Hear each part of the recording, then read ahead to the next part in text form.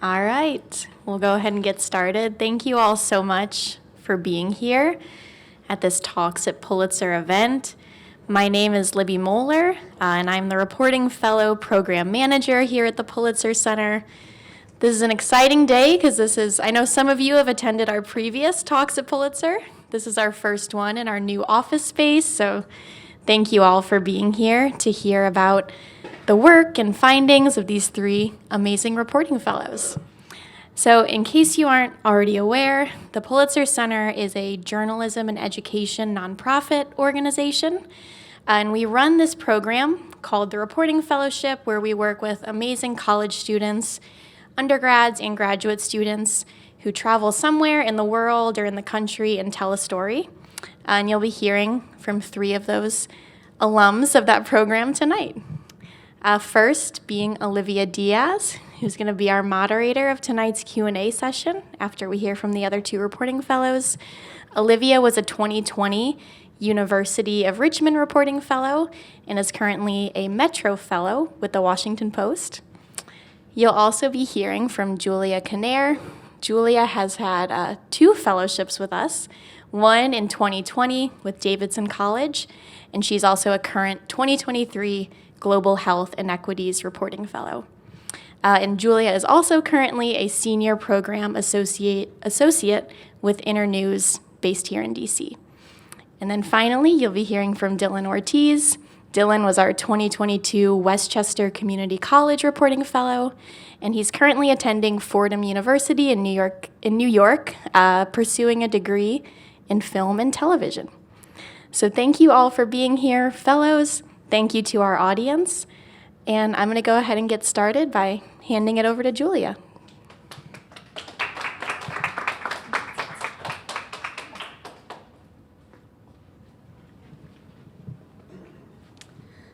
Thank you. So my project is titled Community Care Sustains Immokalee's Migrant Farm Workers. And so just to start off, for a bit of context, Immokalee is a town located in southwest Florida near Naples. And it's a community of majority farm workers and majority people who have migrated from Central America, Mexico, and Haiti. A large number of people live below the federal poverty line, and so this creates a lot of different issues that people face on a daily basis. So wages are typically pretty low, particularly in like the summer seasons when there's not a lot of work, or if there's like droughts or natural disasters. There's also a bit of a housing crisis in Immokalee, where a lot of people are forced to live in shared trailers that are like around 50 years old. A lot of people have to share rooms with strangers or have many people in a room or a bed. And there's a lack of public transportation. So this is especially an issue for people who might be undocumented and can't legally have driver's licenses. So just in general, there's kind of a lot of issues that people are dealing with on a daily basis. And this is particularly notable in Collier County because Naples is one of the wealthiest cities in the country. And so just kind of driving between Naples and Immokalee, you really see quite a disparity. So as I noted, there's a good amount of economic insecurity that people face, and so this has contributed to ongoing food insecurity. So on a daily basis, people will have to make a decision whether they want to pay their bills and their rent, which is typically pretty high, if they want to pay for like medical bills, or if they're going to pay for food. And if they do pay for food, a lot of times people have to decide between spending more on maybe more nutritious options or buying fast food. There's a lot of fast food restaurants in Immokalee, or maybe other like shelf-stable food that might not be as expensive. In Immokalee, there's a lot of small stores that are the most convenient stores, but they tend to have much higher food prices than stores in other cities that people may not be able to get to. And the Winn-Dixie is the main like larger grocery store, but also isn't known for having especially like nutritious options. So because of this, there's large percentages of people that have conditions such as like diabetes and high blood pressure. And people sometimes are not aware that the food options that they have access to or maybe pick might be tied to these conditions. In addition, a lot of people experience having to make difficult decisions on a daily basis and are worried about the future, how they're going to pay their rent or pay for like different needs that their children might have, like medical bills, things like that. So there's also a lot of anxiety and other mental health conditions prevalent in the community. And finally, there are different methods that people have begun to adapt to sustain themselves, whether that's through container gardening or just like exchanging food with friends. But a lot of times it might also be difficult to store and cook food in people's kitchens if they're sharing a trailer with like 18 people. So those are some of the aspects of food insecurity that I observed while I was in Immokalee. And this was something that I was not super aware of until I got there on the ground. So in order to respond to just these various factors, there's both, I would say, like a really tight-knit community of people who support one another just more informally, and then also a number of nonprofits that have more formal meal distributions and strategies. So the Coalition of Immokalee Workers is probably the most well-known. They have a long history of organizing for labor rights, and they established something called the Fair Food Program, which is a program that it was basically establishing a partnership with growers who commit to providing higher wages, and they have a whole list of like different conditions that they commit to in order to improve workers' like labor conditions and health.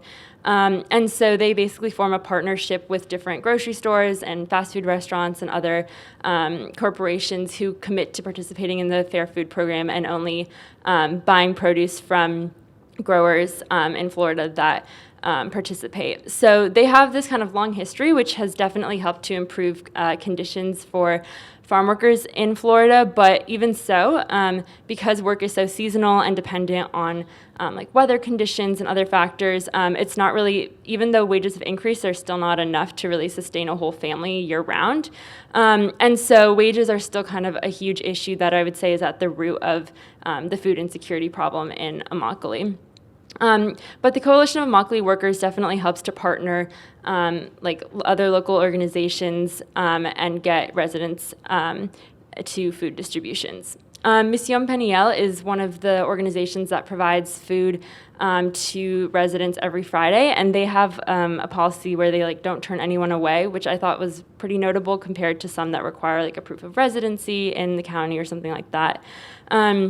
So they've been doing food distributions in Immokalee for a long time, but one of the most notable solutions that I observed was through a community garden that is run mostly behind Mission Peniel, called through an organization called Cultivate Abundance. So Cultivate Abundance has worked to source seeds of different crops that are native to most of like families' native diasporas. So there'll be a lot of like very specific herbs, or maybe things that some people might know of as weeds, or just greens, like things that I had never heard of, but that people were maybe growing in their home countries and would bring with them or would hear about and want to have. So people were really able to participate in like knowledge exchanges, informal exchanges with other community members. And because there are so many different diasporas in Immokalee, it's really unique because someone who is from like Mexico, for example, might learn about a crop that's grown in Haiti and they've never tried it before, but now they are learning about like new medicinal properties from this plant, for example. So there's a lot of really creative like growing that's happening, and people can volunteer in exchange for food. And this food is also distributed at the Mission Peniel distributions. Meals of Hope was a more traditional food distribution that I observed at the Farm Worker Village Housing, which is like just kind of a large housing unit where a lot of people live. And then I guess most notably, a lot of people also forage around town, so they'll see things growing maybe like in a housing unit or just by the side of the road that some people might think of as weeds, but others like recognize and they know that it has a high nutritional value, for example. So foraging is pretty common, and Cultivate Abundance has also helped equip people with the supplies to do container gardening and just kind of share food with one another as needed. So throughout the reporting process, I felt that it was really helpful to just find like one person who was interested in sharing. So for example, with Cultivate Abundance, I was able to get in touch with the community garden manager who grew up in Immokalee, so she had a lot of community contacts. And so I would say like that was kind of the key, was just finding one person with a wide network. And because Immokalee is so tight-knit, and because the nonprofits, about like 5 of them, are located in the center of the town and have a coalition, it was really easy to kind of build off of like one main contact. So that was how I went about sourcing people. I also, because I was there for 2 weeks, I just spent a lot of time like walking around trying to find events. I went to health fairs. And I think just like, because I went in with a pretty open mind, I didn't know that I was going to report on food insecurity before I got there. I was just interested in like learning about all of the issues that people found most prevalent, and like just seeing what I could find out like just by walking around the community. I will say it took a lot of like following up with people, because, you know, a lot of times like people's daily concerns are not talking to me, but they have a lot of more pressing things to worry about. So it just kind of took like being persistent but respectful in doing so. And sometimes just showing up in person if people weren't responding. And then lastly, I think one of the most important things was being able to interview people in Spanish and then to eventually publish in Spanish, because the majority of people speak Spanish and some people speak indigenous Guatemalan dialects. So I think being able to build that relationship like in someone's native language was really important, and was definitely very helpful kind of while I was in Immokalee. So I ended up publishing this story in Civil Eats, which is a platform associated with Mother Jones Magazine that looks mostly at like farming, agriculture, environmental, food justice issues. So it just seemed like a good fit for this particular story. And then because I knew that I wanted to publish in Spanish, I reached out to my sources who spoke Spanish and asked like what platform they would want to see the story published in, because I wanted it to be like linguistically accessible and like something that would be meaningful to them. And so my mentor for this project through the Pulitzer Center works at the Miami Herald. And one of the platforms that came up was El Nuevo Herald, which is like a sister paper based in Miami. So I was able to get a contact there and publish the same story but in Spanish so that it could be more accessible. So throughout that process, when I was working with Civil Eats, the timing for the story was also pretty ideal for them, because they were running a special newsletter focused on the effects of cuts to SNAP benefits on different people's lives, and they wanted the perspective of a farm worker. So I was able to find a contact through Lupita, who is the community garden manager that I had met in Immokalee. And I was able to do an interview with someone based there about like how she has experienced cuts to the food safety net and how that's been impacting her life recently. So while I was in Immokalee, because I had a good amount of time there, I really tried to immerse myself in the community. So I did 3 field notes, which are like the version of blog posts for the Pulitzer Center, just kind of reflecting on the reporting process. So I did one looking at kind of an inside look at the weekly community meetings that the Coalition of Immokalee Workers hosts. I did a photo essay just looking at some of the food options available in Immokalee, like kind of distinguishing between the small stores, the fast food restaurants, just different things that I observed like walking around. And then I spent one of the weekend days just kind of finding community events. So I was looking at like a health fair that happened and just gaining more perspectives on some of the issues the community is facing. So I think that kind of one of my biggest takeaways overall is that a lot of the issues in this type of community are interconnected. So while my reporting fellowship was focused on like, I guess, public health and global health, I really was able to see the connections between food insecurity and an individual's health, and kind of how all of these different factors for daily life are compounded. And I think right now it's really interesting because there's new legislation passed in Florida that is trying to limit undocumented immigration in particular. So I've been talking to people now, kind of following up to see how that's impacting their lives in different situations. And so now I'm kind of working on some additional pieces related to that. So I think it's just been a really interesting process. And yeah, that's all I have.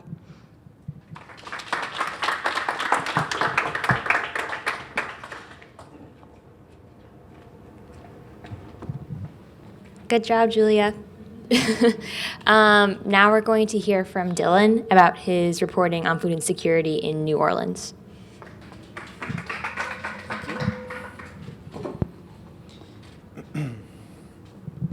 All right.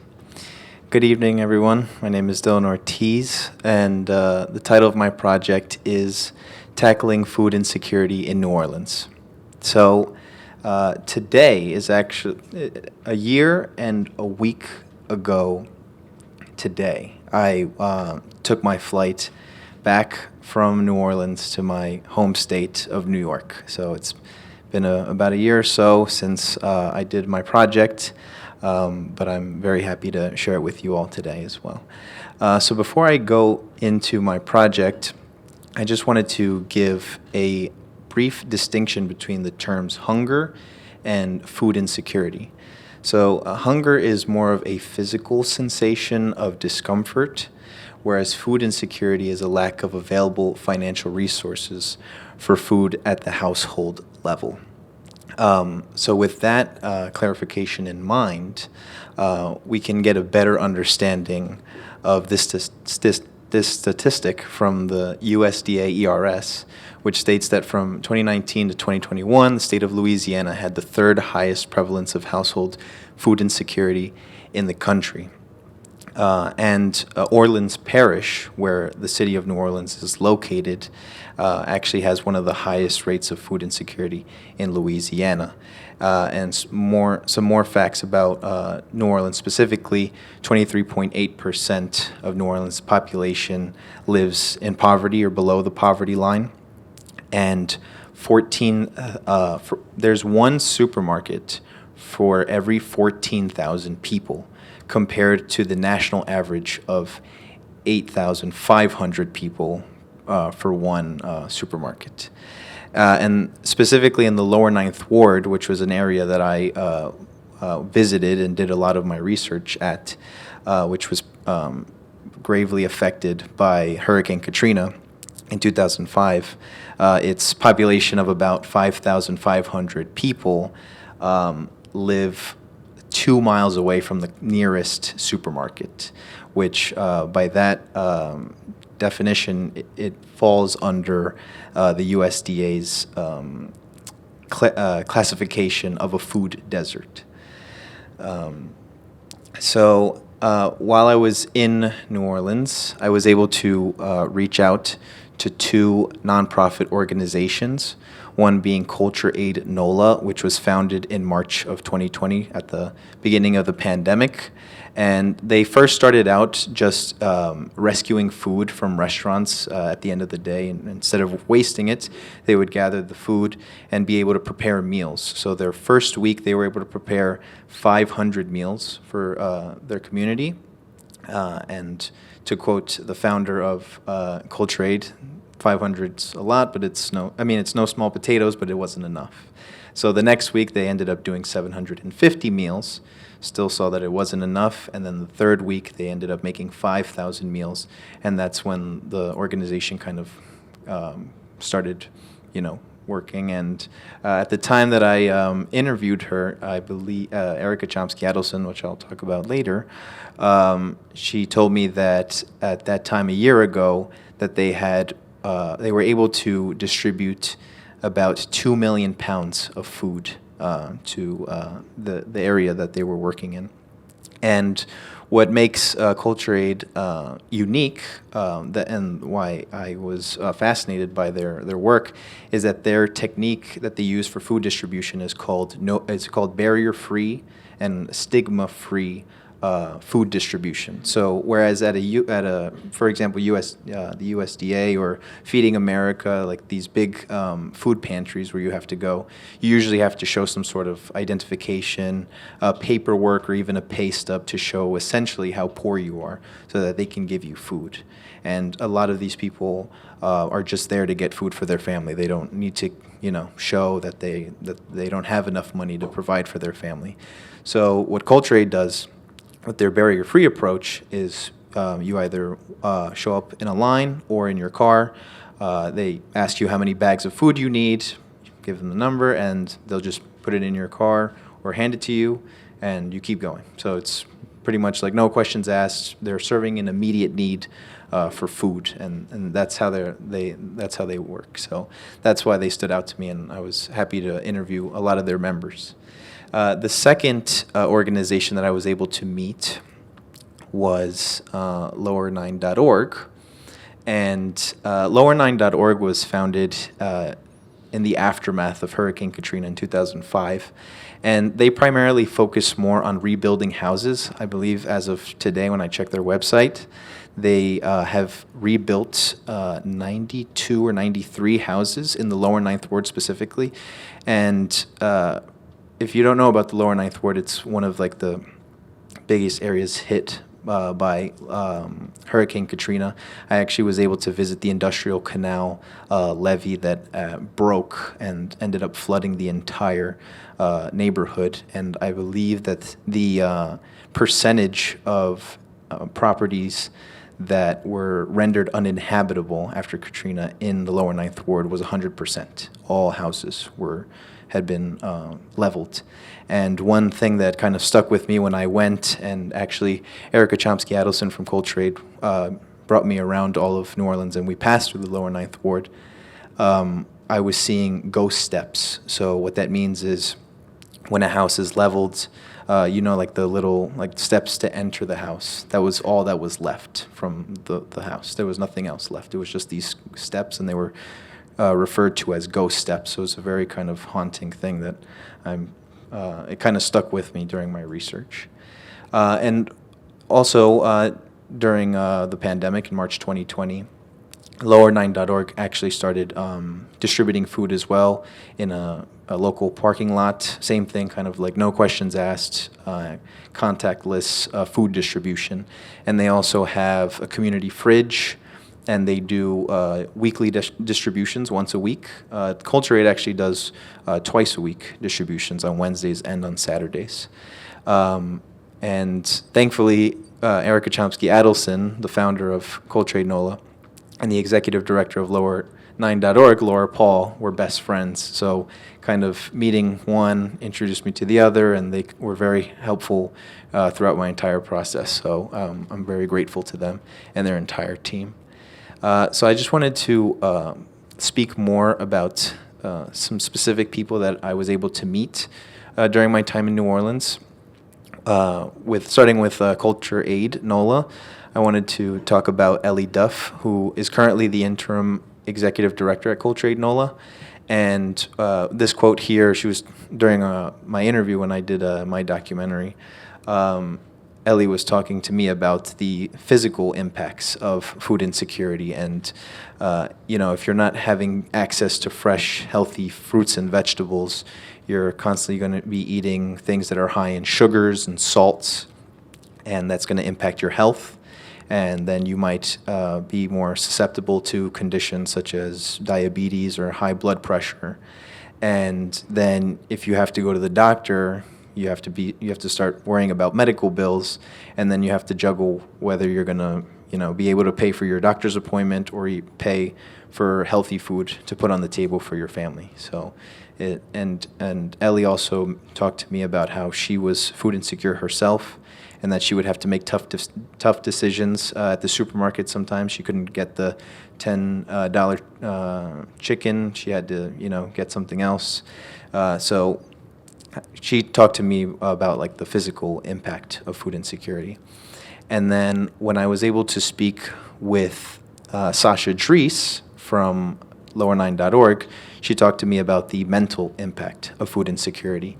Growing up, she was food insecure herself with her family, and she talked to me about how not only can food insecurity have an impact on the head of household, but also on the children, because I for one remember when growing up, if I was hungry, I'd ask my mom, "What's for dinner? What's for dinner?"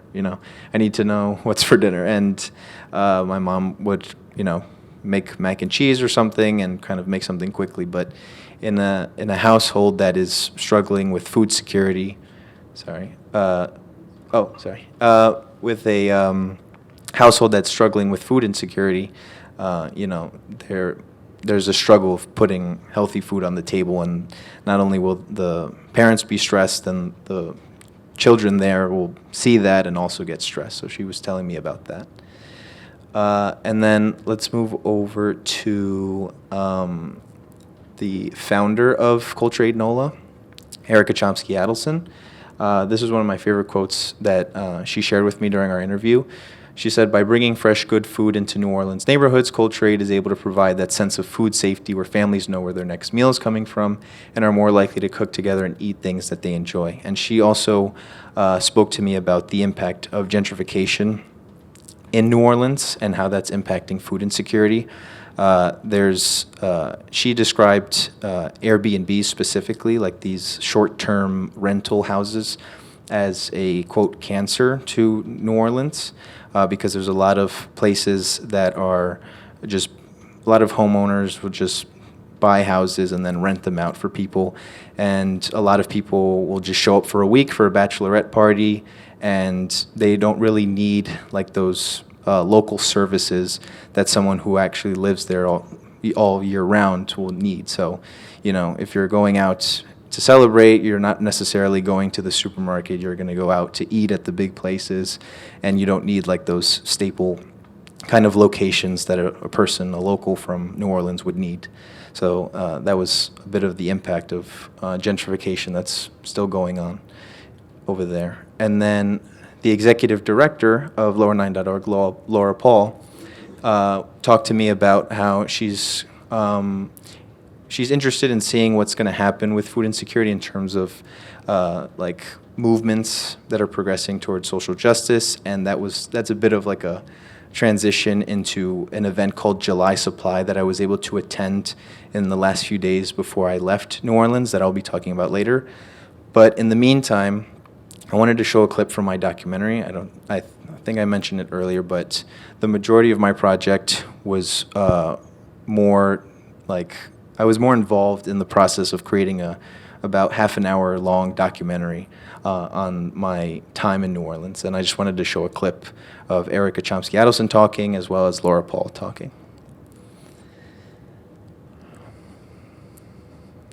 Okay, thank you. New Orleans is a really interesting place to talk about food insecurity and talk about hunger because so much of our culture is based on hospitality and food and cooking and all these wonderful dishes that we're known for. But when we get right down to it, there's a lot of people who not only can't afford to go out to eat, but can't afford to cook in their own homes.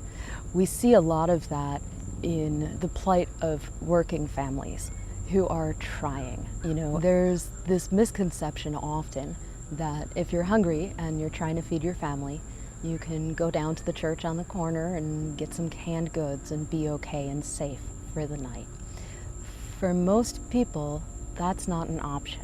In order to qualify to visit a traditional USDA-supplied pantry down here in New Orleans, you have to be making less than $21,412 gross for a family of two. You cannot raise a child on that, especially with rising rents and rising inflation. So we see a lot of people who make $21,413 who are still hungry but can't access any help. In Louisiana, the minimum wage today, it doesn't exceed, I don't believe, $8 an hour. I think it's less than that. It's an incredibly low wage to try to live on. And obviously that affects people's food security, that affects how you're feeding, raising your family, how you're paying your rent, how you're meeting all of the economic realities of your life. That's always going to be tougher for low wealth families. It's always going to be tougher in low wealth communities. Particularly communities of color, and particularly maybe again here in the South. My experience with food security is pretty specific to New Orleans and more specifically the lower Ninth Ward. We see every day, that folks here are affected by, the lack of healthy choices, by the lack of options, by the fact that cheap food is poorer food for you to be, to be subsisting on. It's not what you want to be feeding your family every day. All right, let me just move. Next one. All right. My 2 weeks in New Orleans culminated in this big event called July Supply. And according to Ellie Duff, when I spoke to her, it's first of its kind, at least in the U.S. It's specifically focused towards hurricane prevention, or preparedness. It takes about 72 hours for the entire population of New Orleans to evacuate. in the event of a hurricane.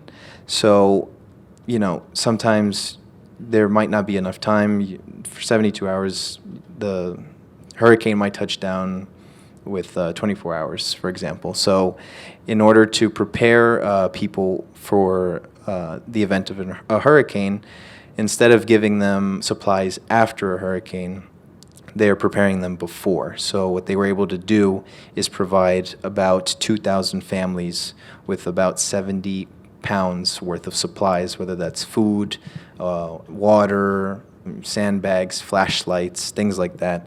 And it was interesting to see the amount of people that were there, just these lines of cars, and, there was music playing. Like, it was like a very jovial experience, and it's kind of weird to say that because it's a grim topic. People are preparing for a hurricane, but you felt like that sense of community of people helping one another in these lines.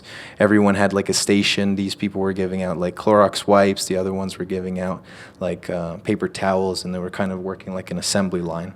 And to be able to see that was very eye-opening. And I have a clip from one of the local news stations in New Orleans that talked about July supply while I was there. So I can show that. Thank you. Hurricane season tomorrow. Culture Aid NOLA, the local nonprofit already feeding hundreds of New Orleans families every week, well, they're producing their first hurricane supply giveaway before we've had our first hurricane. The goal is to get things like shelf-stable foods and cleaning supplies and canned water and tarps in the hands of residents before they need them in the wake of a storm. Yeah, so that was basically what they showed on the news for July supply. And I just wanted to end on a quote by another person that I was able to meet from, let me just add these extra stats from July supply last year. I was trying to check to see if they were doing July supply this year. It seems like they might have broken it up because this was a one-day event. But it seems on their website that July supply is kind of like they're doing it either like one long week or like just in different days. But it was incredible to see this entire kind of process be carried out in one day. It was insane. I mean, you can see the numbers: $738,000 worth of goods, 2,000 families, 924 volunteer hours. So, as of right now, these are unconventional methods, but this is something that I would hope could be replicated in other parts of the world, and America specifically, and other places in the South. But I wanted to end with this quote from Scott Kaiser, who's the logistics manager. The logistics manager at Culture Aid NOLA.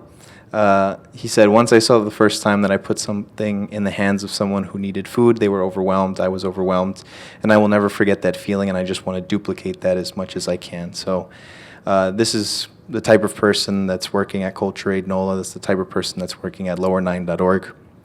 People who are part of the community or are becoming part of the community. In the case of Laura Paul, I believe she's from Montreal originally, and then once Katrina happened, she went down and became part of the community and is still there today trying to help out. So I'm just very grateful to have met these incredible people, and obviously I'm very thankful to the Pulitzer Center for giving me this opportunity of a lifetime. So I'm very grateful. Thank you.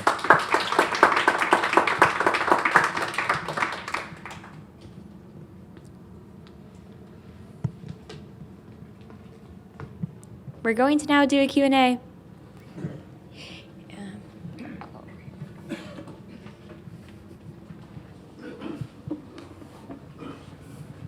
Thank you all so much for presenting. It was wonderful. Thank you.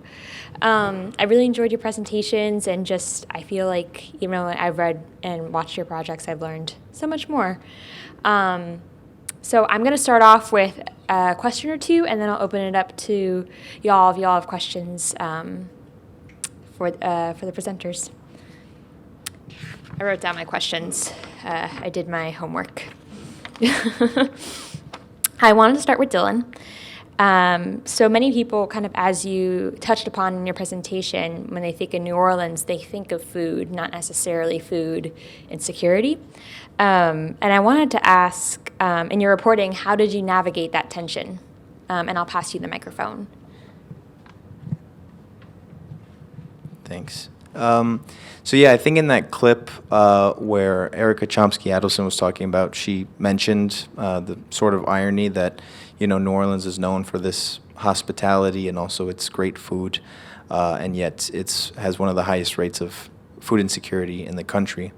So yeah, it was just, I guess, interesting to see how there's so many factors that influence food insecurity, whether that's the wages, for example, like the minimum wage being $8 an hour, gentrification, and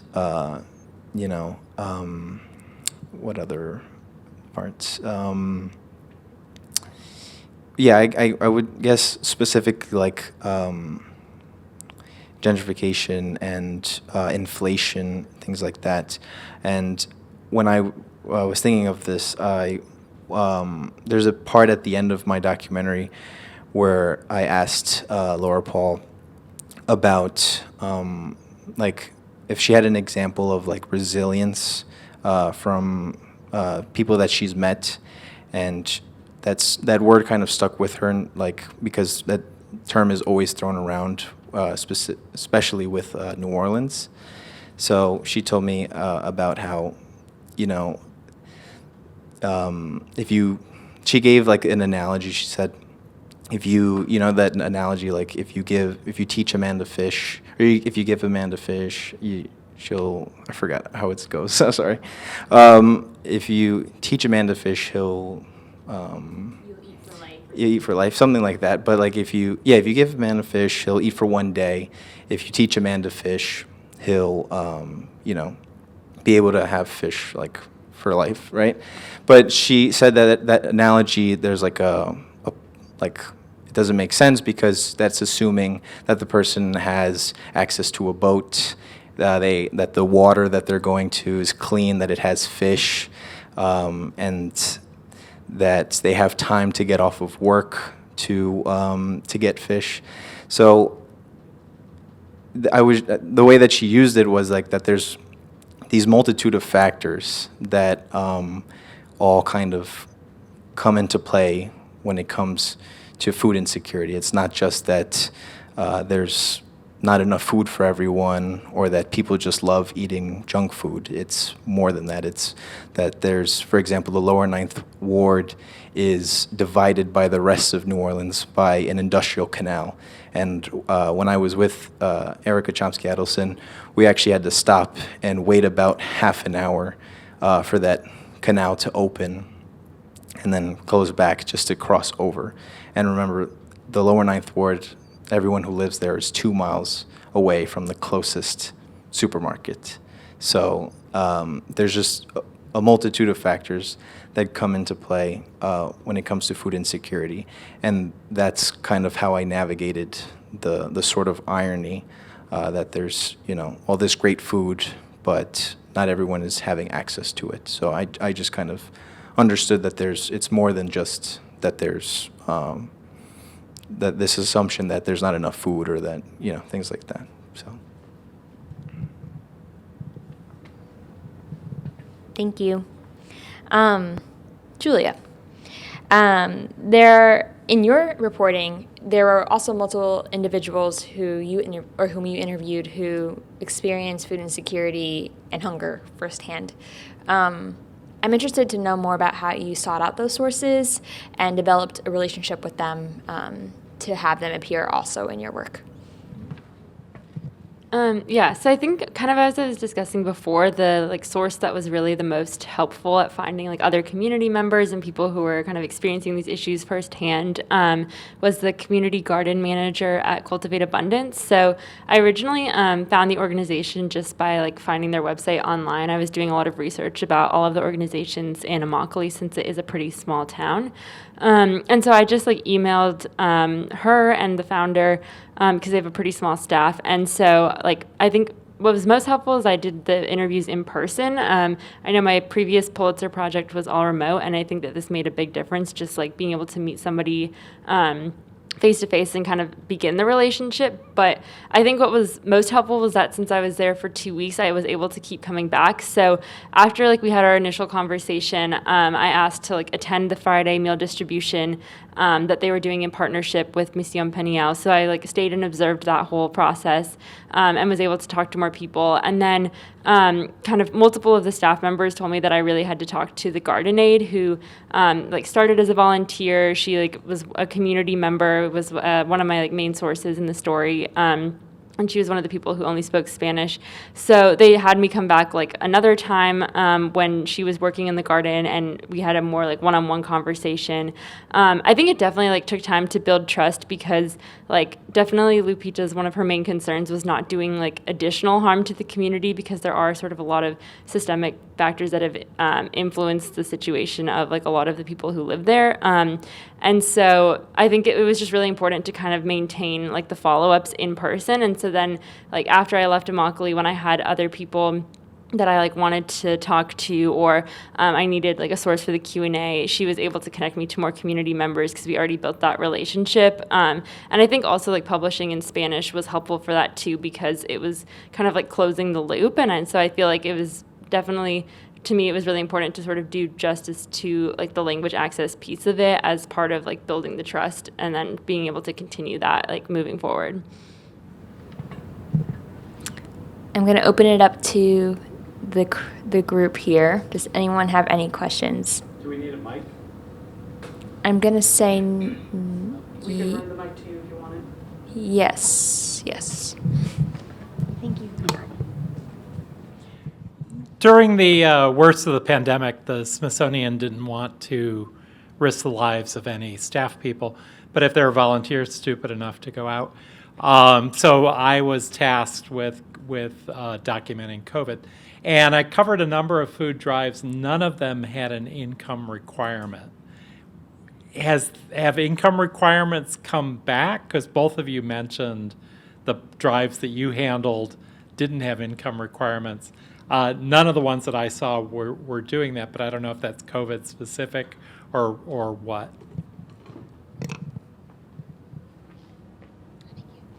Who wants to kick that off?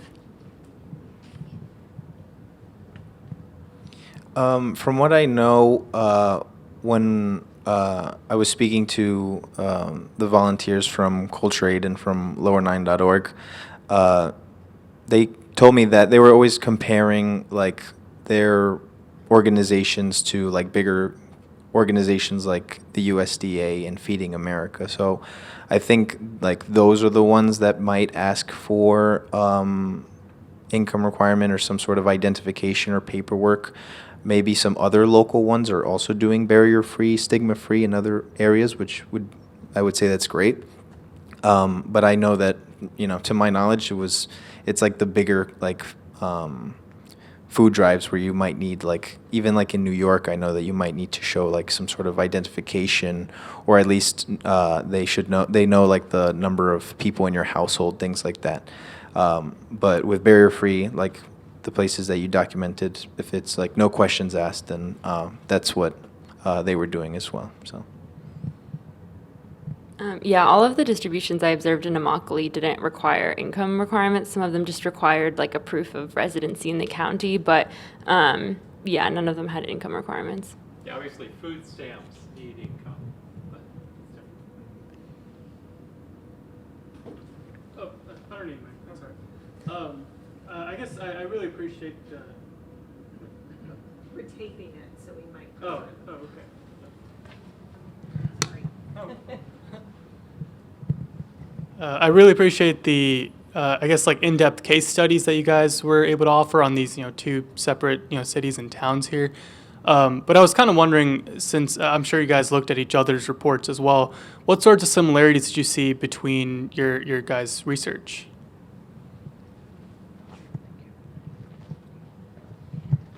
Yeah, I mean, I think just kind of in our two presentations, a lot of the factors that influence food insecurity are similar, like wages, inflation, kind of all of those things that are affecting people's daily lives, I think are definitely common. I think also like just seeing that there are people like doing the food distributions and that kind of like that word of mouth, like I think what you were discussing about like the approaches of like barrier-free, stigma-free, I think that that's also something that I saw a lot. And then I think just kind of the physical and mental aspects are something that really stood out to me when I was doing my reporting, and then seeing that that was something that also stood out to people that you talked to. I think it makes a lot of sense. But yeah, I guess there's a good amount of similarities, even though the populations are quite different. Yeah, I was going to say the main kind of similarity that I saw was like the issue of like economic security, the fact that in New Orleans, with the minimum wage, and also like the requirement being like about like $21,300 and something dollars, but some people like being right just above that, and so they don't qualify. So it's just these factors surrounding economic insecurity. And when you were talking about building trust, I also wanted to mention how I built trust with the organizations that I was able to interview. So, for example, I landed in New Orleans on July 5th, and my plan was to the next day, because I think that was a Tuesday, so Wednesday, the next day, Culture Aid was doing their food distribution. But in New Orleans, which I came to learn, was that about like at 1 p.m. every day, it's just like rains really hard, thunder that I had never heard before. And they had to cancel the food distribution. And knowing that I was only there for 2 weeks, I knew that one day was already kind of cut off. And my plan that day was to, build that trust. I wasn't going to bring my camera. I was just going to be there to observe, introduce myself. But I had to cut that plan immediately, and ended up having to show up that following Saturday at their next distribution day, having to bring my camera. But I knew that I didn't want to show it immediately and start filming. So I offered to help be a part of the distribution line. And volunteer and give out food. So I went onto the line, and they put me on like flour, and like it was like very heavy, and they were trying to tell me to pick up the pace. But I made sure that I was I worked hard, and I became a part of the team for a moment there, and they were kind of impressed that even though they were putting like extra work on me, that I was still able to keep up and feed all those families that day. So then from there, they kind of, I felt like I got their respect and also their trust, so that we were able to do the interview right after. So that was like talking about like building trust. So I found that similarity. Thank you. Yeah.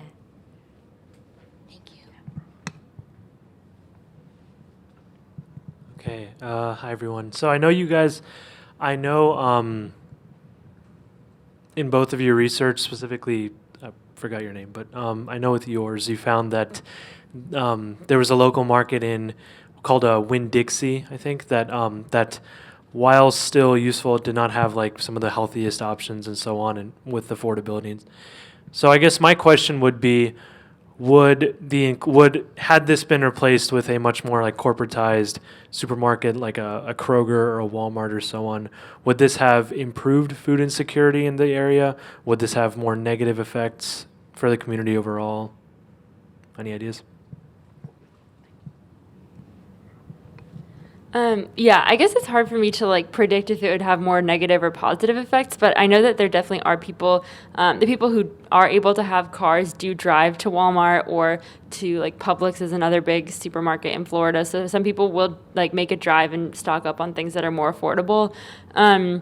I think when I was talking to people about like the solutions that they wanted to see, a lot of people wanted to have more gardens like the Cultivate Abundance garden and more things that people can grow themselves because that was really meaningful to them, like also just like culturally, and kind of turning around the narrative of like these people spend a lot of time every day like laboring in fields. And I think it's also kind of ironic because they're providing the food that's like on all of our tables but still can't afford the healthiest and like best produce themselves. So a lot of people wanted to have like more gardening that kind of flips like this narrative and has a more like meaningful relationship with like the land that they're using and things like that. I do think that people like would like to have, you know, a more affordable large store closer because Naples, which is the largest city, is approximately like 30 to 40 minutes away. So I do think if they could have one closer, that would be like helpful for people. But I think it's always complicated with that because there's other things that come with that. So yeah.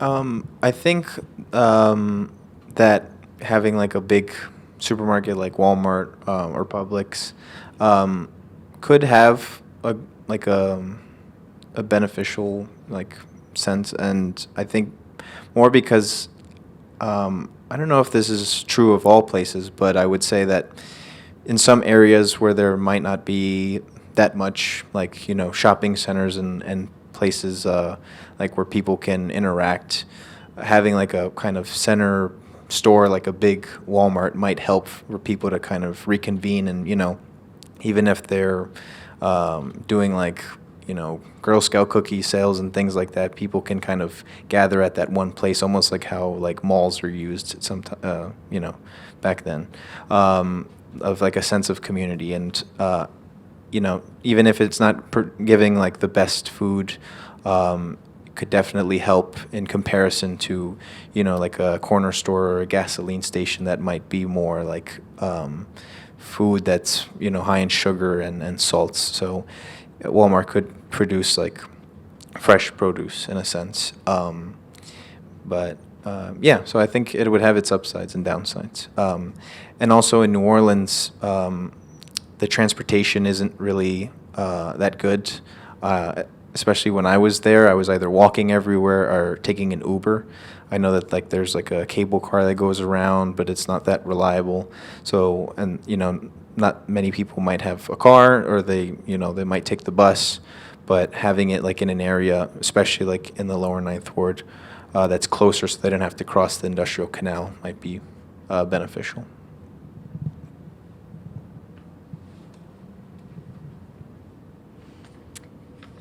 Go ahead.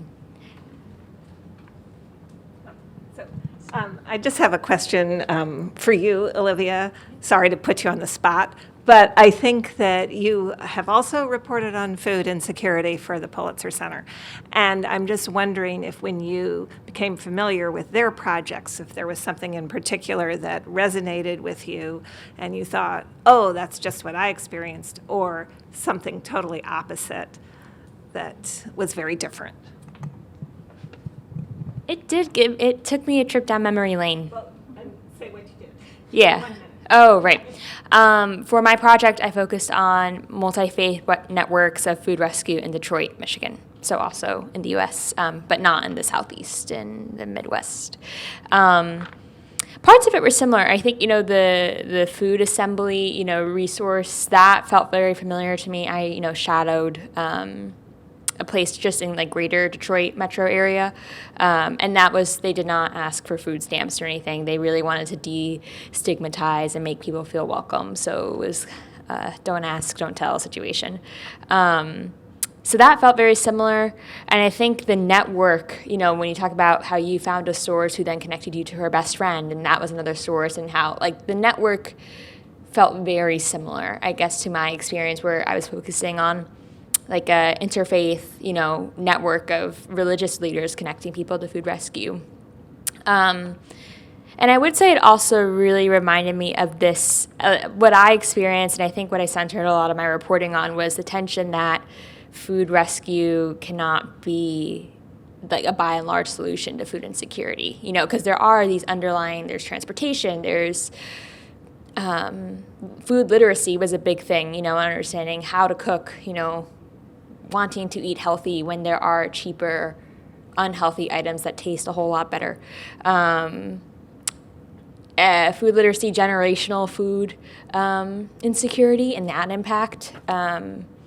So I think there were a lot of similar undertones. I don't think it's necessarily regional. I think a lot of the experiences that I learned people experience in Detroit were the same, based on your projects. Different shades, right? Like farm workers are very different than maybe an urban area that I reported on. But, not having access to a grocery store, just a lot of the struggles are, American, I do have one more question, but I'll cede it to y'all if you have. Okay, I will ask my question then. My question for you was, how did your projects change the way you think about food? I think that specifically, like the conversations I had with people in the garden at Cultivate Abundance really changed how I thought about food, because there were so many plants that people were growing, things that people were excited to like try for the first time that I had never heard of before. And I think just like the resourcefulness and also like resilience was a big word that came up, of people finding strategies to like find food that they were excited about trying and cooking and like sharing with one another. I think that was like probably the most notable thing to me, and I think also just like made me think a lot more about like being intentional about what I eat and what I grow and how I like share that with other people. Yeah, I also, after doing my project, was more conscious of what I was eating, and especially in terms of portion control, making sure that, if I don't need to have like 5 chicken fingers or something, like make it like smaller. Basically just because I also don't, I've been more aware of like not producing so much waste in terms of like, food waste, because even like today, like we have an event, there's food, like make sure that what I put on my plate, I know I'm gonna eat, and just make sure that I'm not producing more waste, because I've seen like, after like supermarkets close, you see the amount of bread that sometimes isn't donated. It ends up going straight into the garbage. And I think it's just, for me, it was more of like the amount of food waste that I've seen in other documentaries and reports, and making sure that I know that the amount of food that I'm eating. So that was kind of like the biggest takeaway.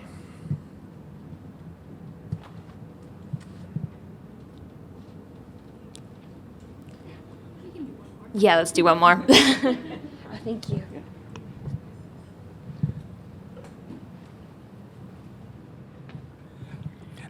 I'm from Pakistan, and it's very common to see this kind of economic deprivation among majority of the people, I guess. But over there, the reason is exploitation by elite. The people who make so much money and they send their children abroad, here and Europe or wherever, and they fatten their bank account abroad, and majority of the poor live in dirt poverty. But this is America. I mean, GNP per capita is like $60,000 per year. In Pakistan, it's like a couple of thousands of dollars. So how can you justify, beside the exploitation by a system called capitalism? Is there any other reason that you can rationalize this kind of disparity, economic disparity? Thanks.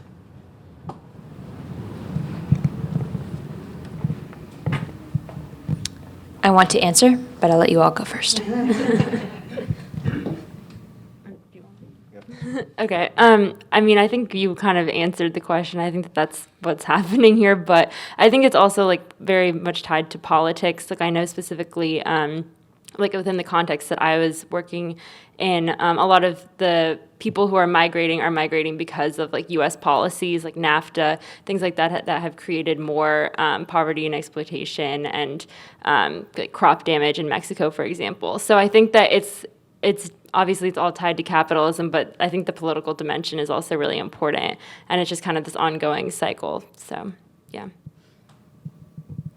When I spoke to Laura Paul from lower9.org, she mentioned how a lot of the factors that impact New Orleans in terms of its food insecurity have ties with institutionalized racism that have been going on for centuries, and the impact of that. Like, I mean, just seeing the disparity between the lower Ninth Ward and then you just go to St. Charles Avenue a couple blocks away and you just see this row of mansions, of these like southern like generational wealth houses, some houses that are some people left during the pandemic, and then like the person next door would like make sure they would like take care of it for a certain amount of time.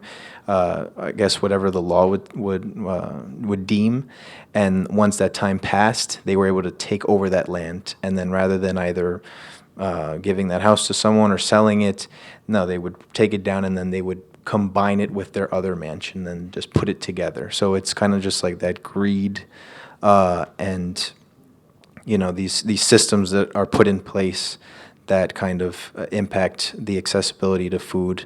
And obviously with Hurricane Katrina, I also spoke to some of the volunteers who spoke to me about how some of the locals, the way that they understood Hurricane Katrina, some believe that the levee might have been exploded by the government in order to flood and wipe out everyone. And I was told that that's some form of processing what happened, but it's just like these things that, you know, raising the property value and inflation and taking out black and brown people to bring in people to, you know, sell these Airbnbs and things like that. There's definitely all these ties to institutionalized racism. And to go to your point also about how, like, here in the U.S., how is it that there's people that are still starving? I showed this to some of my family members in Colombia, who in their mind still think that, you know, we walk on gold and everyone's happy and things like that. The reason why I wanted to do a project specifically about food insecurity in the U.S. was precisely because of that, because, you know, U.S. is still seen as the quote-unquote gold standard, right, number one. But the fact that this food insecurity is still happening here and we're seen as that quote-unquote gold standard, imagine how it is everywhere else. And obviously we know that it's much worse everywhere else. But the fact that it's still happening here is, you know, a cause for concern, obviously. So that's why I wanted to see it here and be like, you know, obviously I've seen it in Colombia and things like that. But that was one of the reasons why I wanted to do kind of like a domestic project. So. Do I have time to answer? Yeah, okay, cool. I just wanted to check. I didn't want to keep anyone. I did my reporting a couple years ago, so you'll have to forgive me if I do not speak correctly in advance or accurately. But I believe from my reporting that the term food desert was coined first in Detroit. At least that's I remember my sources telling me at the time. But that might be incorrect. If it is, it was definitely one of the first cities that were coined, you know, to be a food desert. A lot of people in Detroit who are hungry and who don't have access to food have kind of moved away from that term. They don't really think it's fair. When you think of a desert, you think of desolate areas, but not a lot going on. And there's a lot going on in these areas. They more so lean toward the term food apartheid. So when you talk about, when you talk about this the system of exploitation, I felt like when going back to your projects to kind of pin back to, your question, like I just kept writing in my notes, paradox, like a group of farmers who work with food all day can't afford to eat.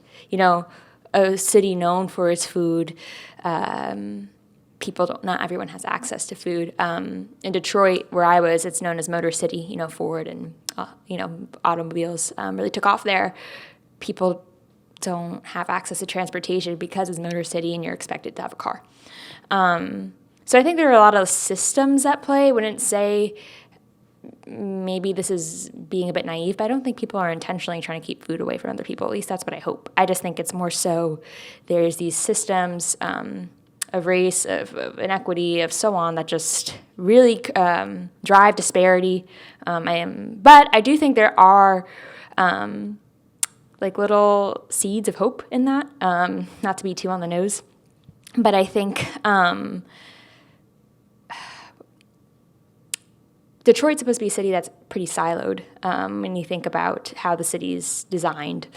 But then there's this multi-faith network that people, no matter where their background is or where they're from, are working together actively just to make sure people have food. I remember one of my sources took a wagon and would just have everyone drop off his food in his garage. And at the end of the day, he'd come home, load up this wagon, and go door to door and just drop off food. So I felt like people were actively just trying to fight like these things that have been in place for so long. So I do think while there is definitely exploitation, I don't want to minimize that. I also think there are these like groups of people just actively trying to resist that and find solutions to that. And that was my favorite part, I think, of my reporting. That was so much fun. Like seeing people just bring sheet cakes and then people to load them into their cars and, celebrate Labor Day. I think, it was like an American cake. That was a whole lot of fun, walking with a man who's taking his wagon and dropping it off, and seeing kind of what that's like. I think the systems are real, but so are the resistors, and that was pretty cool. I think that's a wrap.